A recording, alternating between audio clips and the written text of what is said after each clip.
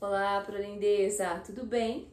Bem-vinda à nossa sexta aula aqui sobre o nosso percurso de como escrever bem um bom plano de aula, pensando tanto na nossa aula prática lá do concurso e principalmente, como pensando no nosso dia a dia, na nossa rotina enquanto professoras, independente de resultado de concurso. Bem, o tema da nossa aula hoje, na verdade, o título da nossa aula hoje é O Segredo das Sondagens e a Articulação com o Seu Plano de Aula.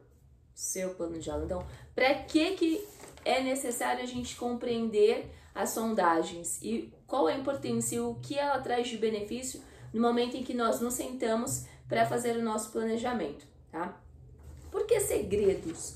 Porque a verdade é que às vezes a gente não entende muito bem para que funciona a sondagem, né? E aí a gente pode pensar assim, por exemplo, se você não tem experiência no ensino fundamental, você tem uma vasta experiência na educação infantil, mas tem aquele pensamento de, poxa, se eu assumir o concurso, eu não quero trabalhar no ensino fundamental porque eu não tenho conhecimento, eu não sei como trabalhar, enfim.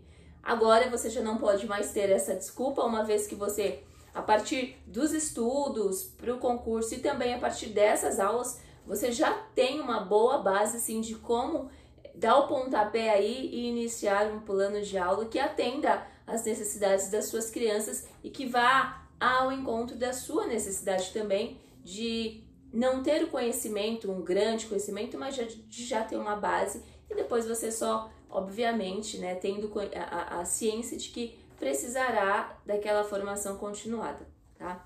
As sondagens, quando a gente fala de sondagens, eu estou me referindo aos 2 documentos que a Secretaria Municipal de Educação disponibilizam para os professores, que é a sondagem para a língua portuguesa e a sondagem para a matemática. E, assim, é um documento bastante completo. Esses 2 documentos, fica a minha sugestão para você depois, se você tiver interesse, vá até o site da Secretaria Municipal de Educação ou digita lá no Google Sondagens, Língua Portuguesa, Secretaria Municipal de Educação São Paulo e você já vai ter acesso. É um documento que ele deve ter por volta, em média, aí, de umas 30 páginas, explicando bem para que funciona, como deve ser aplicada a sondagem. E é legal porque as sondagens, elas ocorrem no ciclo de alfabetização. Então vem lá direitinho como é que a gente deve aplicar no primeiro ano e quais textos, por exemplo, devem ser aplicados em cada bimestre, a mesma coisa no segundo ano, a mesma coisa no terceiro ano.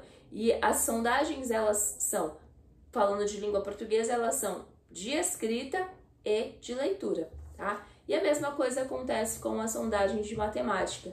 E é muito legal falar sobre as sondagens de matemática pelo seguinte, porque às vezes a gente acaba deixando um pouco de lado ou não tem aquela compreensão de como é que de fato nós devemos trabalhar a matemática.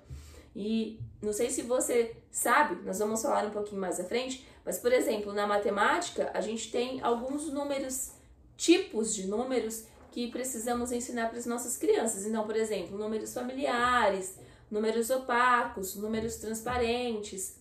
Você tem esse conhecimento? Você sabe de fato o que significa isso? Porque eu, quando acessei o cargo e precisei trabalhar pela primeira vez com sondagens de matemática, para mim foi algo extremamente novo, eu não sabia, tá? Eu acredito que seja uma coisa bastante comum, porque a gente não tem esse ensino direto quando a gente trabalha, quando a gente faz a faculdade, né? Acredito que talvez quem curse a licenciatura em matemática, de fato, mas pedagogia em específico, mas enfim, não sei porque eu não fiz os 4 anos de pedagogia. Mas vamos lá, né? Para nós falarmos sobre sondagens, antes a gente precisa conversar sobre avaliação.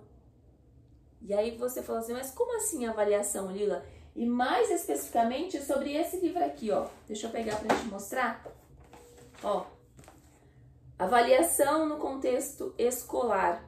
Vicissitudes e desafios para ressignificação de concepções e prática. É legal porque esse livro, esse documento também está sendo solicitado no edital do concurso, tá? E ele inteiro, por sinal. Bastante coisa. Mas aqui na nossa conversa nós vamos falar apenas sobre o primeiro capítulo. Nesse primeiro capítulo no geral, ele fala um pouquinho sobre a importância da avaliação e depois, mais especificamente, sobre a avaliação pedagógica. E dentro da avaliação pedagógica, o que nós temos? Nós temos 3 tipos de avaliações, né? A avaliação diagnóstica, a avaliação somativa e a avaliação formativa. Dentro dessas 3, qual que nos interessa nesse momento nessa aula, uma vez que nós estamos conversando sobre sondagens? O que nos interessa é a avaliação diagnóstica, porque essa avaliação diagnóstica, ela tem como objetivo aferir ali, conhecer quais são os conhecimentos, as competências, as habilidades que os nossos estudantes dominam, para que a partir daquilo que eles apresentam, nós possamos então partir, podemos primeiro pensar em qual tipo de aula, em qual assunto em específico nós precisamos trabalhar, tá? Então, por exemplo, se a gente pega um segundo ano, e no segundo ano pressupõe-se que essas crianças elas já carregam consigo algumas habilidades que foram desenvolvidas lá no primeiro aninho. Só que a gente sabe que nem sempre é possível se desenvolver todas as habilidades, se trabalhar todo o conteúdo que é necessário trabalhar. Principalmente essas turmas recentes que são advindas aí do momento pandêmico, tá? Então a gente vai sentar e vai fazer essa avaliação diagnóstica para verificar ali quais são as etapas de conhecimento das crianças, tá? Essa avaliação diagnóstica, ela deve acontecer em todas as etapas, exceto, claro, na educação infantil, a partir do ensino fundamental, 1, 2 e ensino médio, e de repente até no ensino superior, mas aí é outra conversa, tá? Mas aqui a gente fica com a diagnóstica, em específico as sondagens, porque nós estamos conversando um pouquinho sobre o ciclo de alfabetização. Nas nossas aulas não tem como a gente abranger, trazer todos os assuntos assim, né? E falar sobre o ciclo de alfabetização, como que se dá avaliação no ciclo interdisciplinar, mas enfim, você já consegue ter uma ideia básica, mais ou menos, de como é que você pode trabalhar também no ciclo interdisciplinar, tá? Então, esses 3 tipos de avaliação no contexto escolar, no que se refere à avaliação pedagógica. Então, diagnóstica, formativa e somativa, nós vamos ficar com a diagnóstica, porque a partir da diagnóstica nós temos as sondagens de língua portuguesa e de língua e de matemática, tá? Nós não temos sondagens dos outros componentes, justamente por quê? Porque, muito embora talvez aqueles professores que são dos componentes de história, geografia, ciências, eles falam, mas português e matemática não são melhores. Mas não é que são melhores, mas são a base, né? Se a criança ela não domina a língua, ela não vai conseguir entender história e geografia, né? Se não domina a matemática, ela não vai conseguir trabalhar ciências, por exemplo. Então, assim, uma vez que a criança tem o domínio da língua portuguesa, e você consegue verificar isso por meio da sondagem, os outros componentes conseguem avançar tranquilamente, tá? Então, é importante nós entendermos por que tem relação direta com as nossas ações, essas sondagens e a avaliação, que são o quê? Quais são as nossas ações aqui que nós estamos conversando? Então, o planejar, o executar o plano e avaliar as ações. Percebe? Então, olha só, nós estamos falando aqui da avaliação e no que concerne a avaliação diagnóstica e mais profundamente as sondagens. E essas sondagens, elas vão nos ajudar no planejar. E quando a gente planeja, a gente vai executar esse plano. E ao executar esse plano, já no momento da execução, a gente já começa uma avaliação, uma nova avaliação. Não é mais essa avaliação diagnóstica, mas é uma avaliação do processo ali, tá? E das ações, tanto nossas quanto do desenvolvimento das crianças. Entende? Então, qual é a importância da avaliação? Essa é a reflexão que eu levanto para você, porque agora você já consegue falar um pouquinho, de repente, oralmente ou na escrita, qual que é a importância da avaliação para o desenvolvimento, tá? E para que é que nós avaliamos? Nós avaliamos qual que é o objetivo? Primeiro, para verificar aí o desenvolvimento das nossas crianças e depois para avaliar também a nossa ação sobre o contexto que nós temos ali. tá? Então, a gente pode pensar em 4 pontos aí. Primeiro, a gente avalia para analisar o trabalho pedagógico, que é o que nós estamos fazendo. Segundo, nós analisamos as estratégias que nós lançamos mão para colocar o plano de aula em ação. Então, você decide o que é que você vai trabalhar com o seu estudante. A partir daquilo, quais as estratégias que você vai lançar mão? Então, vamos supor que você esteja trabalhando leitura. Que estratégias de leitura você vai utilizar, que você vai desenvolver com as suas crianças dentro dessa atividade em específico? Terceiro, a gente precisa refletir sobre como ocorreu a avaliação, tá? Então, olha só, a gente avalia e depois a gente reflete sobre como que foi feita essa avaliação, porque toda ação ela precisa ser refletida. De repente, o modo como você avaliou ali aquela atividade poderia ter sido avaliada de uma outra maneira, tá? E quarto, refletir sobre a escolha de materiais. Então, a gente avalia essa questão também. Na educação infantil, a gente não tem lá a questão do tempo, espaço e materiais. Então, tudo isso está ali dentro do mesmo potinho que precisa ser avaliado, certo? Então, a avaliação ela vai acontecer sempre, em todo momento. Então, antes, durante e depois da ação. A avaliação ela é contínua, assim como o planejamento também é contínuo. Então, olha como as coisas elas se encaixam, porque você está avaliando a todo momento e a partir daquela avaliação que você está tendo sempre contínua, você automaticamente vai planejando e replanejando continuamente. A Lei de Diretrizes e Base, ela conversa conosco sobre isso, né? Que a avaliação ela precisa ser contínua e cumulativa. Então, no sentido de sempre ir somando, sempre ir trazendo mais possibilidades, mais estratégias para que possamos desenvolver, tá? Então, a avaliação, segundo Lei de Diretrizes e Bases, ela é contínua, cumulativa e processual. E ela tem como finalidade orientar a nossa ação pedagógica. Então, lembra? Principalmente quando fala da educação infantil, a Lei de Diretrizes e Bases, ela fala que a avaliação deve ocorrer por meio do relatório de desenvolvimento de aprendizagem das crianças.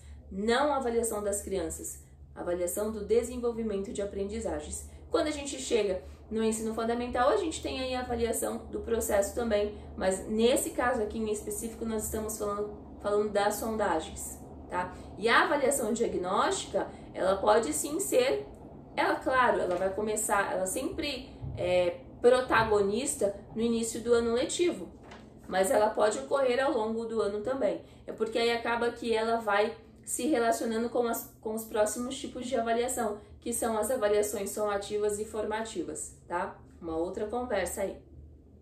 Nós temos 2 tipos de documentos, conforme eu já falei para você. Então, o primeiro é o documento orientador para a sondagem de língua portuguesa e depois o documento orientador para a sondagem de matemática, tá? São 2 documentos bem completos, assim, bem completos mesmo. Eu já fiz a leitura dos 2 e fica a minha sugestão mais uma vez, depois, se você quiser dar uma olhadinha, tá? Eu vou deixar disponível aqui o link para você ter acesso e pelo menos dar uma passada de olho e saber do que é exatamente que eu tô falando.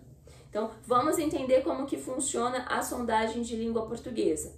Então, retomando, por que nós estamos tendo essa conversa? Qual que é a importância disso para o seu plano de aula? Você precisa entender como que funciona a sondagem, porque a partir da sondagem é que você vai poder planejar a sua aula, tá bom? Então, dentro da sondagem de língua portuguesa, a gente tem aí 2 vertentes, a de leitura e a de escrita, tá? Na vertente de escrita, falando do ciclo de alfabetização, como é que ela acontece, a sondagem? Então, no primeiro ano, a sondagem, ela sempre vai ocorrer com listas de palavras por campo semântico, tá? Então, por exemplo, no primeiro bimestre, nós vamos fazer a escrita de palavras sobre palavras de comidas que estejam em aniversário. Esse é o campo semântico, aniversário. E aí, como que funciona? Eu posso escolher qualquer palavra? Não.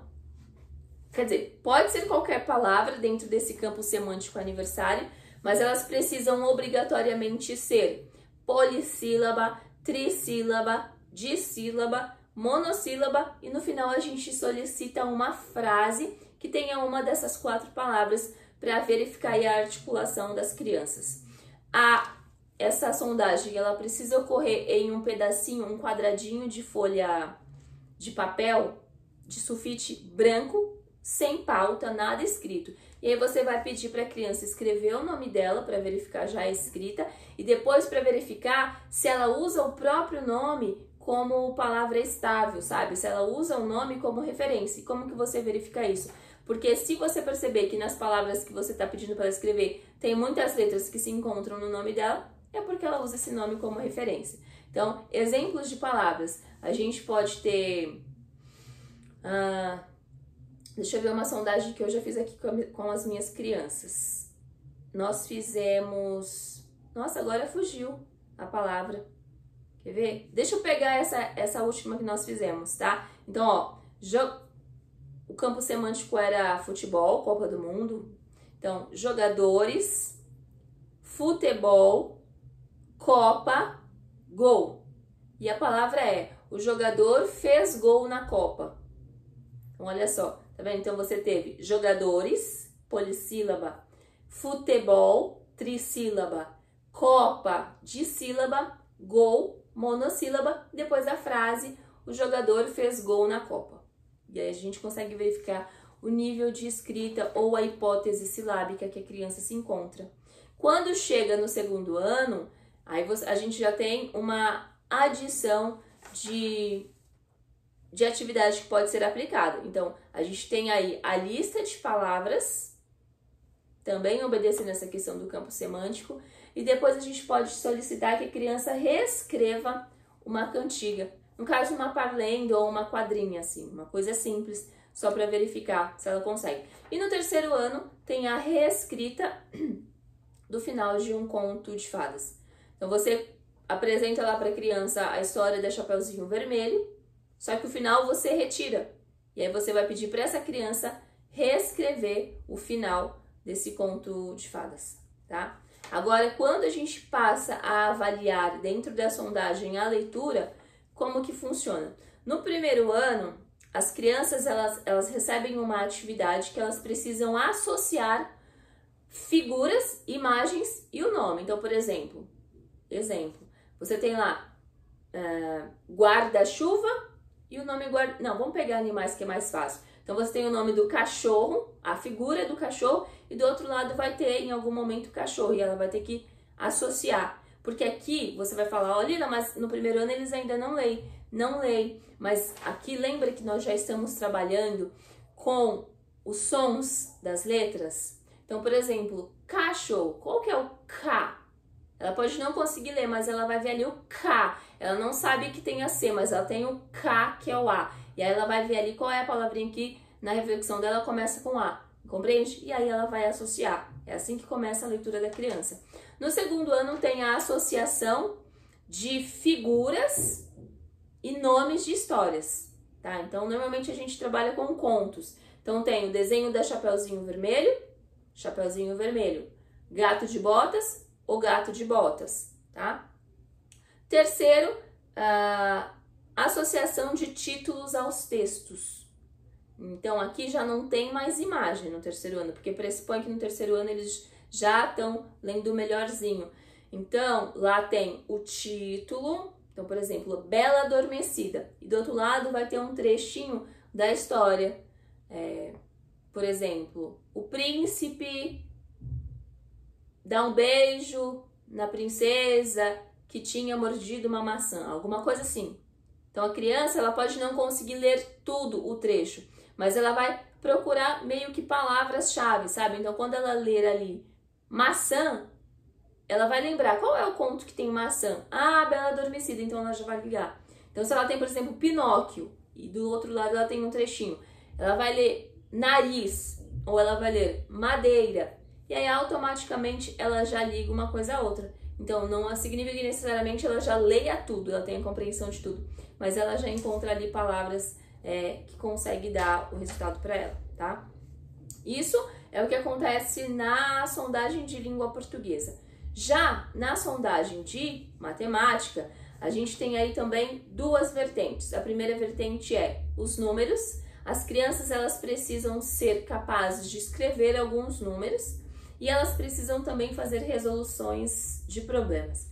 Então, quando a gente fala de número, a gente precisa verificar se a criança ela consegue escrever números familiares, que são esses nomes comuns, mais frequentes de serem usados. Depois, os números opacos, os números transparentes, que terminam em zero, números compostos iguais, então, por exemplo, 55. Processo de generalização, então, normalmente que o processo de generalização a gente usa o ano que nós estamos, ou ano anterior, 2022, e zero intercalado, então, número 207, para verificar se ela já consegue essa compreensão do número, tá?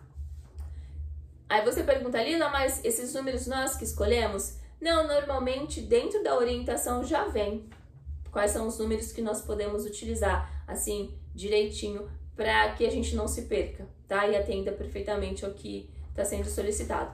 Já na parte de resolução de problemas, a gente precisa verificar tanto o campo aditivo, se as crianças já conseguem resolver probleminhas de adição, e aí quando fala de adição, elas podem tanto ser probleminhas de composição, de transformação, de comparação e o campo de transformação. Aliás, composição de transformação, desculpa. E já no campo multiplicativo, a gente precisa verificar se a criança ela consegue resolver probleminhas de proporcionalidade, configuração retangular, combinatória, multiplicação e comparativa, tá? E calma, são nomes que podem te causar certa estranheza. Não precisa se preocupar, não é uma coisa que você tenha que saber agora. O que importa é você saber que, olha, isso aparece, tem disponível para auxiliar no nosso trabalho. No mais, para aprender cada um certinho, é só a gente pegar o documento orientador de sondagem de matemática e lá vai estar explicando exatamente o que é cada um, qual a importância e por que é necessário que a criança desenvolva, certo? Então, uma vez que nós entendemos como que funciona essa sondagem, tanto de um componente quanto do outro, a partir dos resultados a gente consegue verificar o que de fato nós precisamos trabalhar. Então, vamos pegar aqui na escrita. Por meio da escrita, você consegue descobrir quantas crianças suas estão no nível pré-silábico, quantas estão em silábico sem valor, quantas estão em silábico com valor, quantas estão em silábico alfabético e quantas já estão alfabéticos. E a partir disso, você consegue verificar e pensar já numa abordagem que é, uma das abordagens que é, bom, nesse caso eu posso trabalhar com grupos produtivos para também ajudar essas crianças. Mas mais do que pensar em grupos produtivos, é perceber que, olha, eu preciso trabalhar tal conteúdo, é importante trabalhar tal conteúdo, mas a partir desse conteúdo eu preciso pensar como é que eu vou trabalhá-lo com as crianças que são pré-silábicas, silábicas sem valor, como é que eu vou trabalhar com as crianças que são silábicas com valor, as silábicas alfabéticas, e como é que eu vou trabalhar com as alfabéticas. Porque você concorda que a mesma atividade, a mesmíssima atividade, não estou falando de conteúdo, estou falando de atividade, não tem como ser trabalhada com a criança alfabética e com a criança pré-silábica, porque nesse caso alguém vai sair perdendo, ou um ou outro. Então você pega o mesmo conteúdo, vou trabalhar o gênero textual conto, você vai pegar o mesmo conteúdo, mas você vai trabalhar de um jeito com um grupo e de um jeito com outro grupo. E aí fica também a critério de pensar como é que você vai trabalhar. Você pode até, por exemplo, falar, eu posso trabalhar com os grupinhos produtivos, então eu não preciso deixar só os pré-silábicos sozinhos. Não, não pode, até porque se você deixar um grupo de pré-silábicos sozinhos, como é que eles vão avançar? Uma vez que a gente sabe que a interação entre os pares é o que permite esse avanço também. Então você pode pegar uma criança que é pré-silábica e colocar num grupo em que estejam silábicos sem valor ou que estejam com silábicos com valor. Você pode pegar o silábico com valor e colocar junto com os silábicos alfabéticos ou com os alfabéticos e assim vai. Não dá, de repente, para nós colocarmos... Quer dizer, até dá, dependendo da sua intencionalidade, mas se você pega um pré-silábico e um alfabético. Aí depende do alfabético que você vai pegar, se for aquele estudante que tem uma capacidade de ajudar e orientar o coleguinha que é pré-silábico. Tá dando para entender isso? Então, olha como que a sondagem ela favorece o nosso trabalho e ela nos ajuda nessa concepção de grupos produtivos, que inclusive nós vamos conversar na próxima aula. Já tô dando um spoiler aqui, tá? A mesma coisa com a leitura, né? Se você verificar ali como que está o nível de leitura da sua criança, você consegue depois pensar em estratégias de leitura, em como é que você vai motivar as suas crianças para que elas queiram sempre trabalhar e estar lendo, tá? E a mesma coisa com matemática. Matemática não é algo tão simples de ser ensinado, é um componente bastante importante, assim como os demais, mas não é fácil de ser ensinado, não é mesmo? Então é importante que a gente entenda perfeitamente o que é que a gente precisa desenvolver e num passinho de cada vez para que consigamos então montar o nosso plano de aula. Uma vez tendo entendido essas sondagens, o resultado dessas sondagens, então você parte para o seu plano de aula, que é escolher qual conteúdo a ser trabalhado. Bom, eu percebi aqui que eu preciso trabalhar um pouco mais em relação, vamos supor, a matemática. Eu preciso trabalhar um pouco mais o campo aditivo composição. Então, eu preciso trabalhar resoluções de problemas. Ok, vou trabalhar resoluções de problemas. E aí, a partir disso, você já sabe qual é o conteúdo. Você vai verificar ali qual o objetivo de aprendizagem exatamente que você vai desenvolver, certo? Isso você encontra lá no currículo de matemática, uma vez que nós estamos falando de matemática. E depois você vai desenvolver a sua aula. Como é que você de fato vai trabalhar essa aula? O que que você vai propor às suas crianças? E mais, será que você pode trabalhar com os grupos produtivos? Percebe? E aqui eu poderia falar, dar vários exemplos, mas não é o caso, porque não é o nosso objetivo aqui. Mas é só para que você consiga compreender de fato o que eu quis trazer para você nessa nossa aula, nessa nossa conversa. Ok, Pro? Eu espero muito ter contribuído até aqui. Me deixe uma mensagem ou me manda uma mensagem lá no Instagram, enfim, falando o que você achou dessa aula em específico. Você já tinha conhecimento das sondagens de língua portuguesa e matemática, de como elas funcionavam mais ou menos? Certo? Então, me dê esse feedback, diga se você está gostando das aulas e nós nos vemos na próxima aula, que nós vamos conversar sobre o desenvolvimento da linguagem e os grupos produtivos. Até mais, Pro. Bons estudos. Tchau!